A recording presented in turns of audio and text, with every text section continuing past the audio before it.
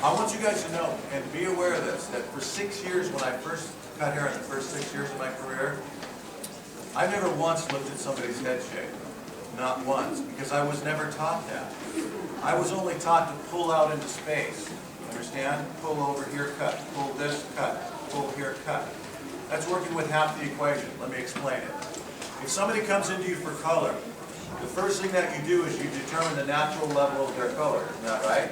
You have to determine, like, where are you starting, in other words? What am I working with here? What is the natural level of the color? And then you determine a lot of other things. And then you formulate. Cutting is exactly the same way, but nobody ever teaches it like that. I happened to then go to a class that this guy taught after my first 6 years, and it opened up my whole eye, all my eyes into haircutting. I was like, wait a minute, my God, this class is amazing. This is actually the missing link that this is what I've been missing for 6 years, because what I would do is I would do haircuts, and then some of the haircuts would come right on, and then the other ones would be off, and I'd be like, where the hell did I go off? Do you guys ever get into that? Okay, and here's where I went off. I went off from the person's head shape, because I never looked at their head shape. Every single person in this room has a different head shape. We all have a different head shape. Every person, slightly different. All heads are not round, they're not oval, they're not square. They all have their own shape, based on the person that you're working on. Head shape is really very inherent due to your race, okay?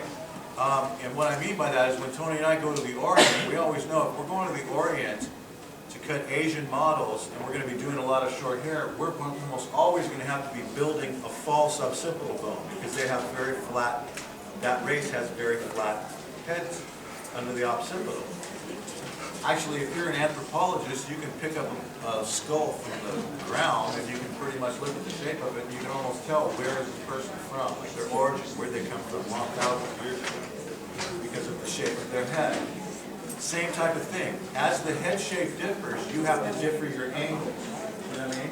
You have to differ the size of your sections and all that. These heads, not hers, but those heads all have a slight curve because they make them.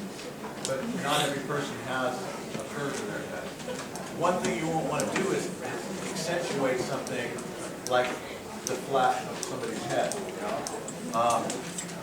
Sometimes you'll be cutting hair and then the person is going to, I don't know if you guys have ever done this, they're up at the desk getting ready to pay, and you're looking at them from afar now, you know what I mean? They're like 40 feet from you and you're like, holy shit, what did I do? Right?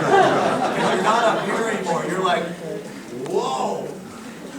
You can see the angle in relation to that person's head because you're so far from it. And what you did is you did not pay attention to that person's head shape and allow to either build in the illusion that a bone was under there, or so on. So some people have great head shapes and you want to show those. You can highlight them and actually, you know, play those up. Some people have not great head shapes and you want to cover. You want to create one.